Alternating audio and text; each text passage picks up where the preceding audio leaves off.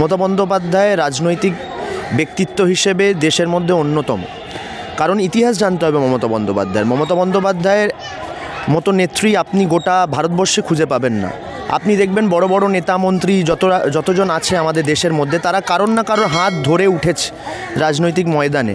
মমতা বন্দ্যোপাধ্যায়ের কোনো support system ছিল না। মমতা বন্দ্যোপাধ্যায় একা একজন মহিলা হিসেবে বাংলার রাজনীতিতে লড়াই করে, এবং 34 বছরের সিপিএমের সরকার, 34 বছরের সরকার মানে বুঝতেই পাচ্ছেন কতটা শক্তিশালী সরকার ছিল। সেই সরকারের বিরুদ্ধে একজন মহিলা হয়ে যেভাবে উনি লড়াই করে এসেছেন, এমনি তো আমরা ওনাকে স্ট্রিট ফাইটার বলি না, লড়াই আন্দোলনের প্রতীক হচ্ছেন মমতা বন্দ্যোপাধ্যায়। তাই আজকে দেশের বর্তমান যা রাজনৈতিক পরিস্থিতি, ভারতীয় জনতা পার্টি যেইভাবে দেশের মধ্যে চারিদিকে নানানভাবে মানুষকে অত্যাচার করছে, যদি বিজেপির মতো শক্তিশালী দলের বিরুদ্ধে কোনো নেতা বা নেত্রী লড়াই করতে পারেন, সেই নেত্রীর নাম মমতা বন্দ্যোপাধ্যায়। সেই লজিক্যাল ইকুয়েশনটাকে মাথায় রেখেই, মমতা বন্দ্যোপাধ্যায়ের পারফরমেন্স, কোয়ালিটি, ক্যাপাবিলিটিকে মাথায় রেখেই লালু প্রসাদ যাদব হন বা আমাদের উদ্ধব ঠাকরে থেকে শুরু করে শরদ পাওয়ার সবাই মমতা বন্দ্যোপাধ্যায়ের নাম নিচ্ছেন।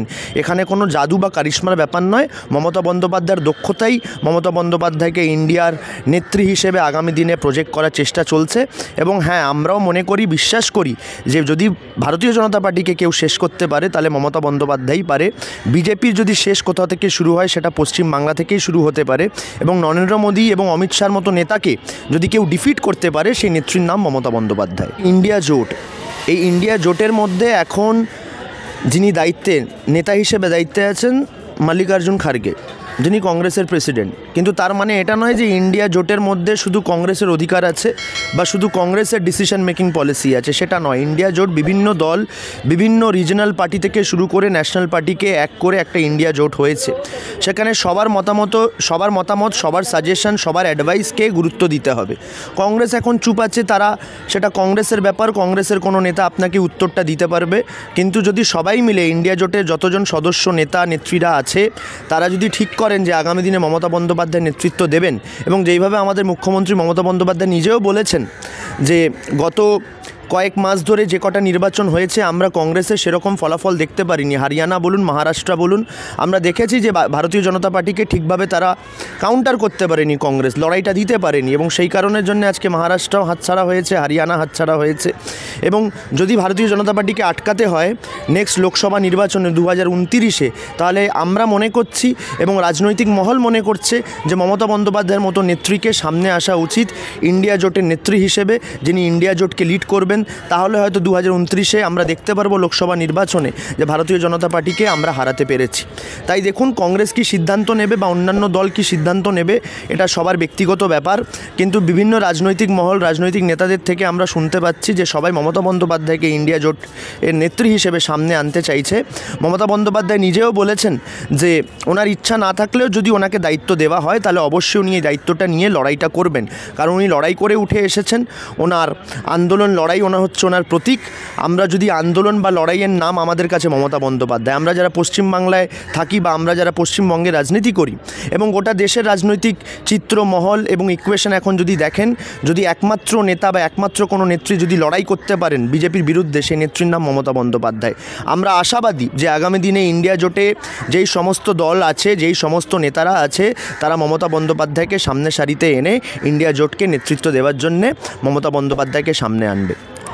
মমতা বন্দ্যোপাধ্যায়কে কি আপনারা প্রধানমন্ত্রী হিসেবে দেখতে চান, বা তিনি কি হতে পারবেন? সেই সুযোগ, বয়স বা সময় রয়েছে, সম্ভাবনা কিছু রয়েছে? দেখুন, মমতা বন্দ্যোপাধ্যায়কে আমরা প্রধানমন্ত্রী হিসেবে দেখতে চাই কি না চাই, তার থেকে বড় প্রশ্ন হচ্ছে মমতা বন্দ্যোপাধ্যায়কে ভারতের মানুষ প্রধানমন্ত্রী হিসেবে দেখতে চায় কি চায় না। গোটা ভারতবর্ষে আমরা দেখছি যেইভাবে ধর্মের নামে, জাতির নামে ভাইদের মধ্যে দাঙ্গা করানো হচ্ছে, ভাইদের মধ্যে যেই ডিভাইসিভ পলিটিক্স করানো হচ্ছে, মন্দির মসজিদের নামে আমাদের একতাকে যে ভাঙার চেষ্টা চলছে, সংবিধানকে পুড়িয়ে দেওয়ার যে চেষ্টা চলছে, ইউনিটি ইন ডাইভার্সিটিকে যে মুছে দেওয়ার চেষ্টা চলছে, ধর্মনিরপেক্ষতা, সেকুলারিজমকে যে ভেঙে ফেলার চেষ্টা চলছে, তার বিরুদ্ধে লড়াই করতে হবে। কারণ দেখুন, এই লড়াইটা শুধু বিজেপির বিরুদ্ধে নয়, এই লড়াইটা সংবিধান বাঁচানোর লড়াই। এই লড়াইটা সংবিধান যেই প্রিন্সিপালসের কথা বলে, যে ভ্যালিউজের কথা বলে, সেই ভ্যালিউজ প্রিন্সিপালসকে বাঁচানোর লড়াই। এই লড়াইটা দেশের ইতিহাসকে রক্ষা করার লড়াই। যেই সংবিধান আমাদের দেশে সরকার হওয়ার হওয়ার পরে তৈরি হয়েছিল, দেশ স্বাধীন হওয়ার পরে সেই সংবিধানকে রক্ষা করবার লড়াই। কারণ আমরা দেখতে পাচ্ছি যে বিভিন্ন জায়গায় সংবিধানের উপরে আঁচ পড়ছে। আপনারা বা অন্যান্যরা হয়তো ভাবছেন যে হিন্দু মুসলমান পলিটিক্স হচ্ছে, কোনো একটা রাজনৈতিক দল এটা করে ফায়দা নিচ্ছে। এইটুকু ব্যাপারটা সিম্পল নয়, কিন্তু এই ব্যাপারটা যথেষ্ট সিরিয়াস, যথেষ্ট কনসার্নিং। কারণ এই হিন্দু মুসলমান রাজনীতি করে বা উচ্চ জাতি নিচু জাতির রাজনীতি করে দিনের শেষে কিন্তু সংবিধানকে শেষ করার চেষ্টা চলছে। আজকে মন্দির মসজিদের নামে যেই সমস্ত জায়গায় কমিউনাল টেনশন বাড়ছে বা সাম্প্রদায়িক হিংসা বাড়ছে, তাতে মনে করবেন না যে হিন্দু এফেক্টেড হচ্ছে বা মুসলিম এফেক্টেড হচ্ছে। আলটিমেটলি এফেক্টেড হচ্ছে আমাদের দেশ, আমাদের সংবিধান, আমাদের সমাজ। তাই এই সমাজ, সংবিধান এবং দেশকে যদি বাঁচাতে হয়, তাহলে আগামী দিনে আমরা যেই নেত্রীকে নিজের মনের মতো দেখতে পাচ্ছি, যে বিজেপির বিরুদ্ধে লড়াই করতে পারবেন এবং সংবিধানকে বাঁচাতে পারবেন, দেশকে রক্ষা করতে পারবেন, সমাজকে রক্ষা করতে পারবেন, সেই নেত্রী মমতা বন্দ্যোপাধ্যায়। ওনার কোনো কম্প্যারিজন বা রিপ্লেসমেন্ট আমরা দেখতে পাচ্ছি না। অ্যাটলিস্ট আমাদের তৃণমূল কংগ্রেসের দলে মমতা বন্দ্যোপাধ্যায়ের পরে কে নেতা বা নেত্রী হবে সেটা দল ডিসাইড করবে। আর একজন ছাত্র যুব হিসেবে যদি আপনি আমাকে এই প্রশ্নটা করেন, অবশ্যই যদি মমতা বন্দ্যোপাধ্যায়ের পরে যদি অভিষেক দা হাল ধরে, আমরা সবচেয়ে বেশি খুশি হব, আমরা যারা ইয়াং জেনারেশন। কারণ দেখুন, পলিটিক্সে বলুন বা সমাজে বলুন বা যে কোনো সামাজিক কাজে বলুন, ইউথ এবং ইয়াংস্টার্স যারা আছে তারা একটা গুরুত্বপূর্ণ ভূমিকা প্লে করে। এবং স্বামী বিবেকানন্দ নিজে বলে গেছেন, যেদিন দেশের পার্লামেন্টে ইয়াং এমপিস বা যারা নতুন প্রজন্মের যারা আছে, যারা ইয়াংস্টার, তাদের সংখ্যা যেদিন পার্লামেন্টে বেড়ে যাবে, সেদিন দেশ অটোমেটিকলি শুধরে যাবে। যদি মমতা বন্দ্যোপাধ্যায়ের পরে young energetic dynamic leader like Abhishek Bandyopadhyay উনি যদি হাল ধরেন পশ্চিমবাংলার, তাহলে আমাদের বাংলার ছাত্র যুব সমাজের জন্য এর থেকে ভালো খুশির বিষয় কোনো কিছু হতে পারে না। আমরা ছাত্র যুব হিসেবে অবশ্যই মমতা বন্দ্যোপাধ্যায়ের পরে যদি কাউকে নেতা হিসেবে দেখতে চাই, অভিষেক বন্দ্যোপাধ্যায়কে দেখতে চাই। তার কারণ উনি শুধু ইয়াং ডাইনামিক এনার্জেটিক বলে নয়, উনি নিজের দক্ষতা প্রমাণ করে এসেছেন। 2019 লোকসভা নির্বাচনে ভারতীয় জনতা পার্টি পশ্চিমবাংলায় ভালো ফলাফল করেছিল।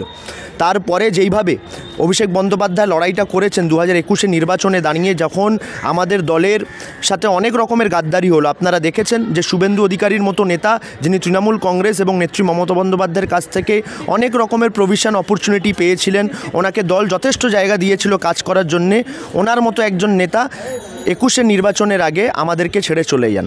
তখন একটা বড় লড়াই ছিল আমাদের সামনে, বড় ধাক্কা খেয়েছিল আমাদের দল, কারণ এত বড় গাদ্দারি আমরা এক্সপেক্ট করিনি। সেই কারণে সেই মির্জাফর, শুভেন্দু অধিকারী যাওয়ার পরে দলে যেইভাবে অভিষেক বন্দ্যোপাধ্যায় সামনের সারিতে দাঁড়িয়ে লড়াই করেছেন এবং যেভাবে প্রমাণ করেছেন 2021 বিধানসভা নির্বাচনের রেজাল্টের মাধ্যমে, আমরা মনে করি আফটার মমতা বন্দ্যোপাধ্যায় যদি কেউ ডিজার্ভিং হয় তৃণমূল কংগ্রেসকে নেতৃত্ব দেওয়ার জন্য অ্যাজ আ ছাত্র, অ্যাজ আ যুব, আমি মনে করি Abhishek Bandyopadhyay is the fittest candidate after Mamata Bandyopadhyay.